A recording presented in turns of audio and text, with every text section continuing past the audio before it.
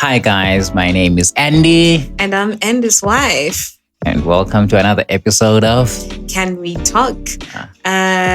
Thank you so much, guys, for giving us your time, and thank you for allowing us into your space. Some listen to us while they are driving to work. We've read comments. People were saying they listen while they are driving to work. Others listen while they are cleaning. In whatever case, we thank you, are so guys. grateful for allowing us to be in your space. Yeah, We are and the hoping feedback. that, yes, we are hoping that it's speaking life into your life and it's transforming you.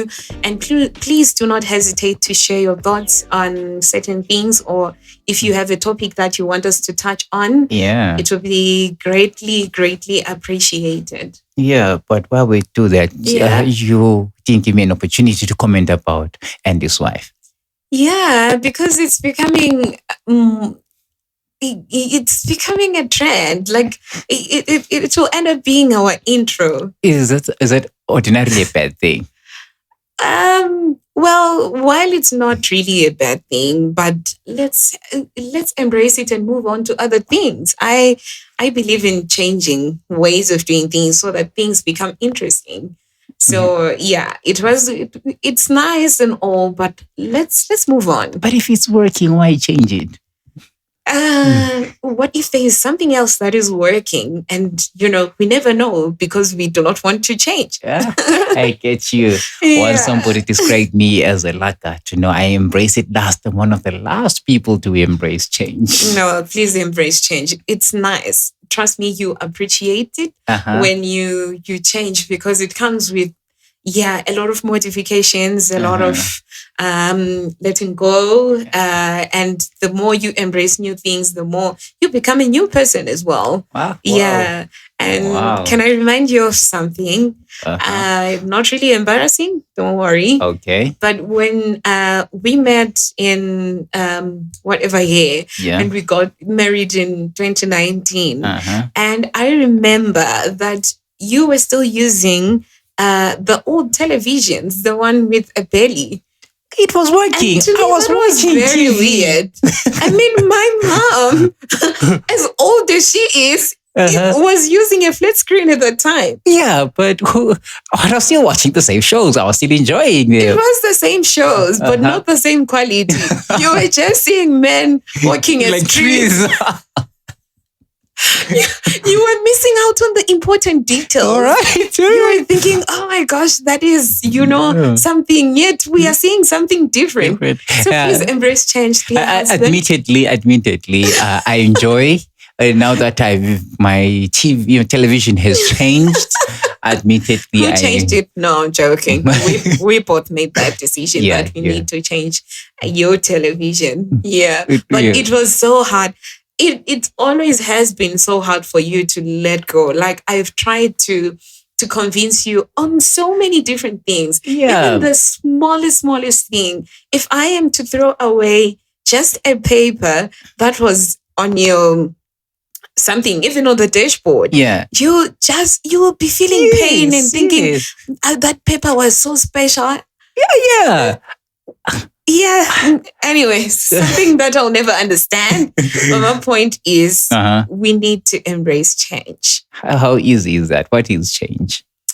Okay, so today we're going to speak about change. Let's have a conversation about change. Let's have a conversation about change. Seeing we are already there. Yeah. So I found a definition on Google, and it says to change is to make something different in some way, right? Or to undergo a modification, or to alter, or to transform. So it goes on and on and on. Yeah. But I think the major thing for me is change is to make something different in some way. So change. The truth of the matter is change is inevitable, whether we like it or not. Change is inevitable, whether we embrace change or we do not. I've said it and I preach it. I'm not sure if I easily leave that. Yeah. So each and every day we find something changing, something becoming different. Yeah. So I want to take an example of a butterfly. Just to explain how change happens. When I say it's inevitable, I mean you can't avoid it. Yeah. It just happens naturally. It's nature. Yeah. Even, let me go back to the scripture. Even when God was creating, each and every day he had something new that he was creating. Yeah. Which means the earth was changing every single day. For 6 days. Wow. Every single day. And it didn't stop there. The mandate that was given to man. Yeah. The mandate that was given to man was be fruitful and multiply. Yeah. In that it means change. You know, you were one, become two. That's change. So change has to be a part of us. It has to happen. Wow. I wanted to use the example of a butterfly. So I don't know, I wanted to say it's born. There's an egg, and then it becomes a caterpillar, and then it goes to a cocoon, and then it becomes this beautiful creature that we see, you know, which is a butterfly. But there is never a point in a butterfly's life cycle where it just decides, no, I want to remain a caterpillar. It's human beings, Zimbabweans, that make caterpillars. Remain the way they are because of a relish. Because it's a relish. But in nature, the caterpillar has to go. The butterfly has to go through. The cycle. So it's like that in life. We all have to go through a certain cycle. Something has to change every day. Wow. Whether you like it or not. Yeah, I say that a lot, but I'm not sure how practical it is for me to live. I remember once upon a year, I had to change churches or branches. Yeah. Ooh, the struggle that I had. And I remember my pastor there and said, "You're coming only for 2 weeks." I said, 2 weeks I can do. Yeah. It's been 14 years, but who's counting? Because you can't embrace change. I struggle. But once I do change, I'll be the greatest advocate of it. And then you stay there. Definitely. And never change for the next 14 years. Yes. You get my point. Okay, I do get you. Get you. But I struggle a lot. I think you have seen this even at home. Like I think the people that have stayed with me would understand what I'm talking about, or they would relate. Yeah. I can't stay in the same space with the same design for the full year. That doesn't happen. Like something has to change, whether cushions have to move or whether the cushions, we are now facing the other direction or the bed has moved to the other or people are now sleeping on the walls or people are now sleeping in the roof. Yes, something has to change. So I really embrace change a lot. I feel like when there is no change, life is boring. It's not what it's meant to be. Wow, unlike Paul's. Yeah, indeed. Indeed. Paul's. In this one, I agree. Yeah. But it's working. It's working. It's working. Hence we're attracted to each other. Imagine if you were a person who embraces change quicker. Because which means I would have to compete with you, which is something that I don't want to do. I'm okay in my space. All right. Yeah, I'm okay with us not fighting over where the cushions were when I got home. Okay. Because we would have thought I'd have changed them myself. You get it. I do. So I'm okay with just being the one who embraces change and you being the laggard. Yes. Okay. All right. So I'll delay further, my love. No. Don't delay. Yeah. Embrace what I would have changed. Yeah. Have you ever experienced change in your life? Yeah, so much. I gave that example of when I had to change churches. Once there was an option where I work, where we are given options to transfer. So because I didn't want to move to another city, I made a call to change to a branch that is across the street. Yeah, so because I'm faced with changes like that, but it's a struggle for me. So I had to find ways, okay, if change is inevitable, so how can I, find ways of making it as minimal as possible, as small a change as possible. So I can refer to those two instances, changing churches and changing work branches. So is change a good thing? As inevitable as it is it a good thing, especially in relationships? Or you'd rather we don't experience change. When you bring in the relationship aspects, a bit difficult to comment. Yeah. I would say from the examples I gave, there was growth. Yeah. Definitely there was growth. Right. I got to do transitions of a bigger nature when I changed work environments, or when I changed churches. Now I went into a leadership position. Yeah. So that was the thing. So when it comes to relationship, it depends, I guess, on the relationship, whether it's a good thing for a relationship to go through change. Okay. So maybe just to give you a full picture of, or give you a direction on how to respond. Yeah. So I remember when we were getting married, when we were preparing, we had so many fights with my mom. So many fights. Yeah. Some said, some unsaid. And it wasn't really like physical fights. Yeah. Even emotional fights. Have you ever had an emotional fight?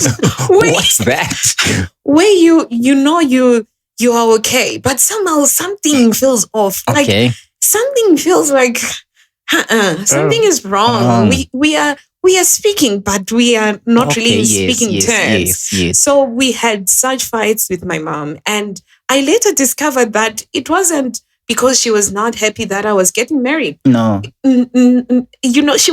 She was one of the first people that were so excited about our relationship, and she really wanted it to work. But it was because of the change. So it's never easy to go through such a change. You're used to staying with someone. You used to, if you stay with an African parent, especially in June, around winter season, you know that you work hard. You won't sit down. You won't have time to rest. You will be sent to make tea after tea, a cup of tea after tea. So imagine, she's thinking about all that. This person used to make me tea, and she used to cook at home. And there was a season where it was just me and my mom at home.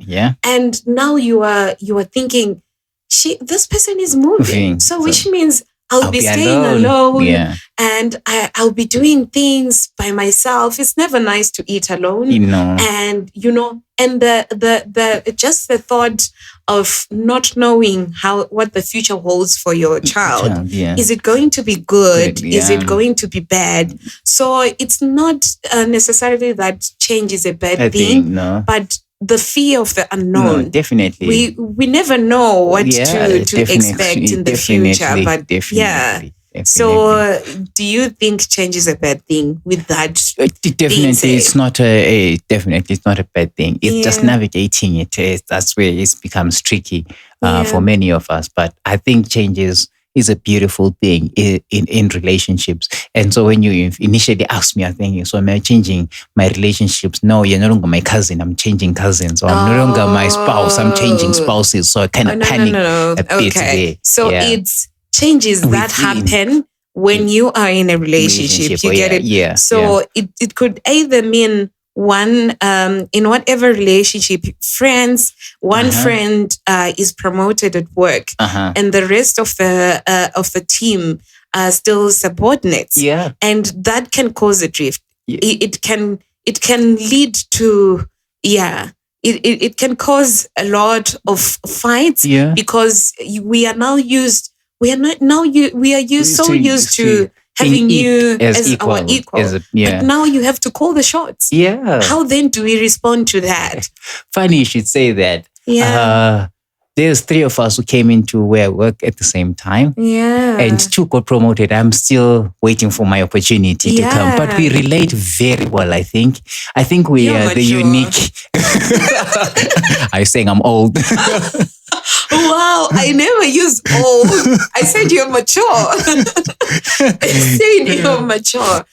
Or maybe your relationship was different. I'm not really sure, but I have seen and experienced that in different workplaces where it used to be a clique, and one person gets a promotion, it changes everything. Either now the subordinates are not understanding the leader. They are thinking, or the authority. The authority that they've been given. So that part of adjusting that they are no longer my friend, or even if it's not about the fight, but not understanding that I have to work. Yeah. They want to play, they want to call you, but you're thinking, I'm at work. I'm at work. I have to be. Yeah. Definitely, So setting those boundaries at times can be a bit difficult. I wonder how our listeners out there have navigated such changes, especially with their friends or with some who were their colleagues and their peers. I wonder. So hit us in the comments and let us know, or email us. Our email address is in the description. Yeah.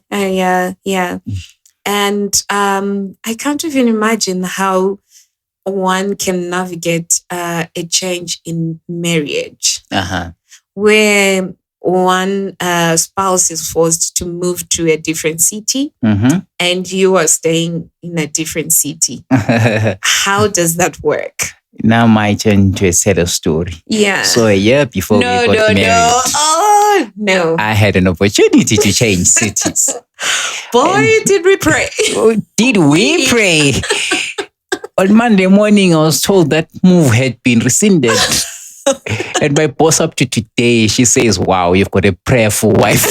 She prayed and declared that you're not to move. So in my defense, I was seeing a bigger picture. There was a bigger change that was supposed to come your way. So I was praying for the Lord to change, to allow us to go through a change that is necessary. So you going to Harare was going to affect our wedding. Because we were planning on getting married, if you remember.